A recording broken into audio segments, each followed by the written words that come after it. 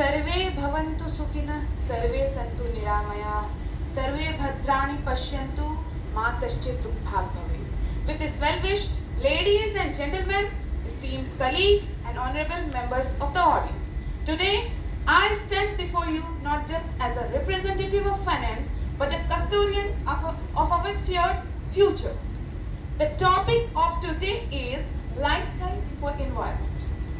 पर्यावरण के लिए जीवन शैली, अर्थात पर्यावरण हित में हमारी जीवन शैली जो पर्यावरण के अनुकूल हो. It is one that resonates deeply within the corridors of power, commerce, and every home across our nation. It calls for a collective introspection and a reimagining of how we live, work, and thrive in harmony with our planet. So I am highlighting some of the points. The first point that I am highlighting here is balancing economy and ecology. The first pillar of this discussion is the delicate balance between economic growth and environmental sustainability. As the finance minister, my responsibility is to ensure that our nation's economy remains robust and resilient. The second point that I am highlighting here is the fiscal policies for a greener tomorrow.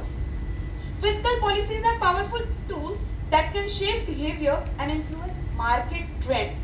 Through targeted subsidies, tax incentives, and green bonds, we can encourage businesses and individuals to adopt environmental friendly practices.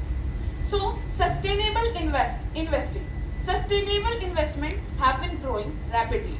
With global increase, ESG assets project to reach 53 trillion by 2025. Lifestyle choices and consumer responsibility. Beyond policy, the ones also lies as each of us are consumers. Our daily choices from the products we buy to the energy we consume. Green consumerism.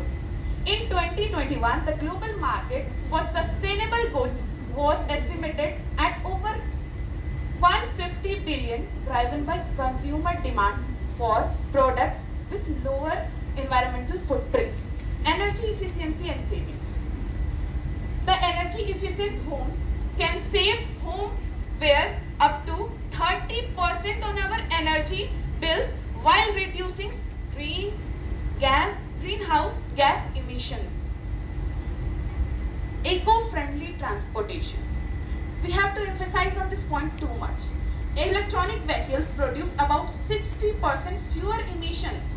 I'm repeating my words. Electronic vehicles produce about 60% fewer emissions than conventional vehicles. आपसे अनुरोध है कि अपनी अच्छे. Yes. So before concluding, I'm having some points that we, the representative of people, have to take care. Social norms should be made eco-friendly. Collective responsibilities should be highlighted as it's the duty of all the citizens of this nation. Sustainable choices should be accessed. Policies should be made affordable. And the last point that I am emphasizing on is that traditional knowledge should be integrated with modern practices. We are having some schemes such as Vocal for Local, and we are integrating vocational studies in our National Education Policy 2020 also. And one scheme that is Karm Yogi Yuva for youth. So, हम लोग विश्व गुरु रह चुके हैं और आने वाले समय में भी हम विश्व के शिखर पर रहने वाले हैं. इसलिए हम भारतवासियों को ज्ञान और विज्ञान की परंपरा के साथ ही आगे बढ़ना होगा.